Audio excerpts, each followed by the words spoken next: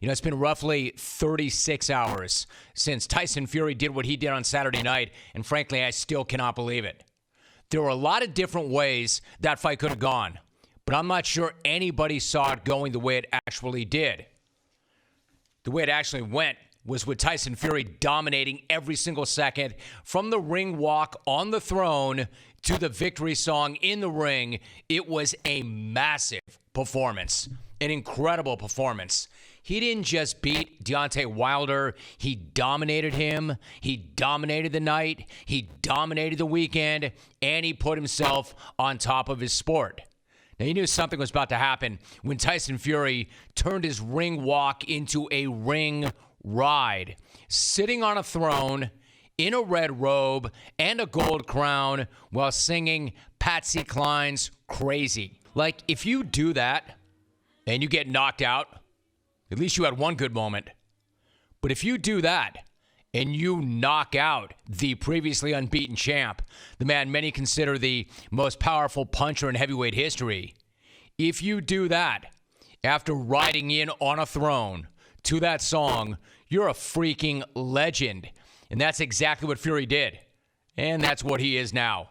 He manhandled Wilder. That was a mugging, a curb stomping, a hospital job. Pick any phrase you want, and it applies here.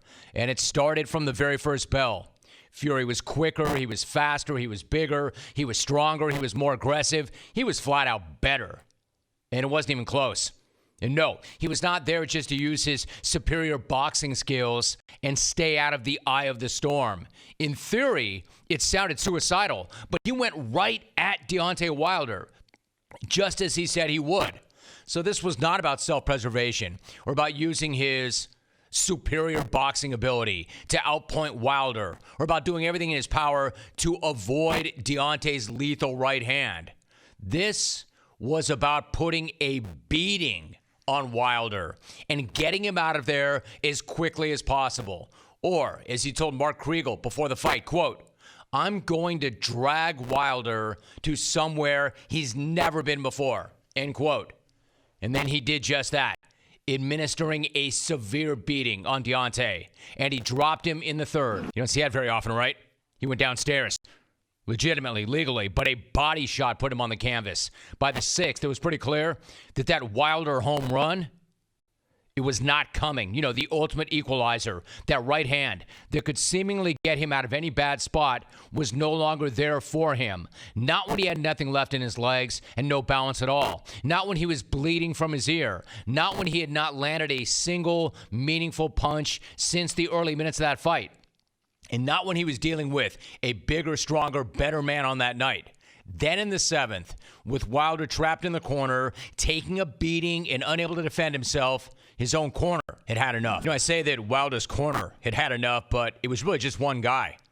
And it's a good thing that he had and that he did something about it, which I will get to a little bit later on.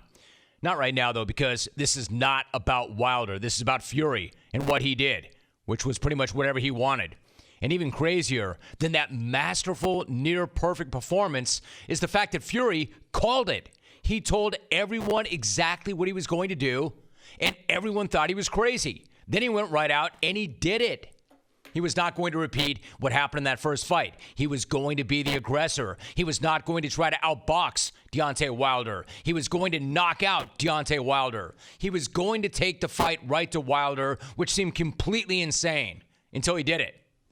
And before he actually did it, that sounded like a guy. You know what it sounded like? It sounded like a guy trying to sell a fight, trying to get a few extra pay-per-view buys. With the promise of a reckless attack on the guy with the most power in boxing history. I mean, who the hell would do that? No one smart, especially when you had success outboxing him in the first fight. Why not stick to that script, maybe tweak it slightly, and then run it back? Turns out Fury did not like that script. He said he learned something in that first fight, and he wanted to put it into practice. Again, it sounded like he was selling tickets and moving pay-per-views. But that's not what it was. He went out, he brought in a new trainer. He put on more weight. He went to work. He took big risks in doing that. All those things would have made him look so bad if he got beaten. But turns out this guy was not crazy. He was smart as hell. He knew exactly what he was doing. He didn't come for a boxing match. He came for a brawl, and then he dominated. Before that fight, Fury told Kriegel that his father said it would be an easy fight. Correction, not an easy fight, but, quote, one of the easiest fights you've ever had. Again, something else that sounded utterly ridiculous. At that time, total hot air. A guy trying to convince himself of something. But it was true.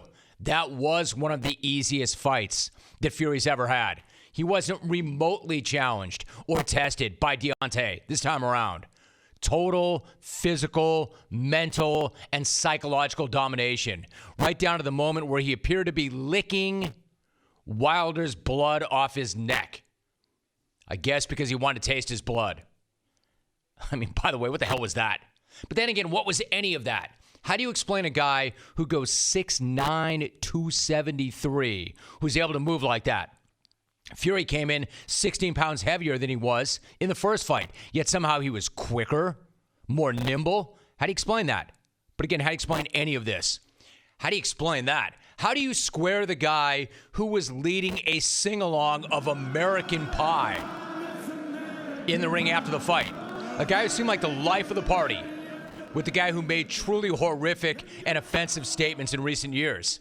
I don't know. How do you explain that he was actually 400 pounds not that long ago? 4 bills, legitimately. How do you explain that the guy who just did what he did was allegedly abusing cocaine and alcohol on a regular basis not that long ago? How do you explain that the guy that the world saw Saturday night was the same guy who said that it was not unusual to drink 18 pints of lager in a night? And that's before we get into any of his battles with depression and suicidal thoughts. A battle that was so crushing that at one point he said he got in his Ferrari, got it up to 190 miles per hour with the intention of ramming into a wall so he could kill himself. All of that was like less than 2 years ago. How does that guy become the most dominant fighter in boxing and do it in such fast order? How do you explain any of that? The answer is I can't. And if any of you can, I'd love to hear it. But I'm guessing if I can't, you can't either. I mean, I'm not even sure if Fury can. But I do know this. That was one of the best performances by a heavyweight in decades. And while I did not expect it coming in, it didn't take long once that fight started to know it was going to end that way. That's how good he was. And if Fury shows up like that going forward, Anthony Joshua is going to have a real problem when it comes time to unify that division. Because if he fights the way he did Saturday night, and Joshua fights the way he did in that rematch with Andy Ruiz, Joshua's got no shot. In fact, less than no shot. And it really would then be the King's world, a world that he wanted no part of not that long ago. What an absolutely astonishing and incredible performance Saturday night in Vegas.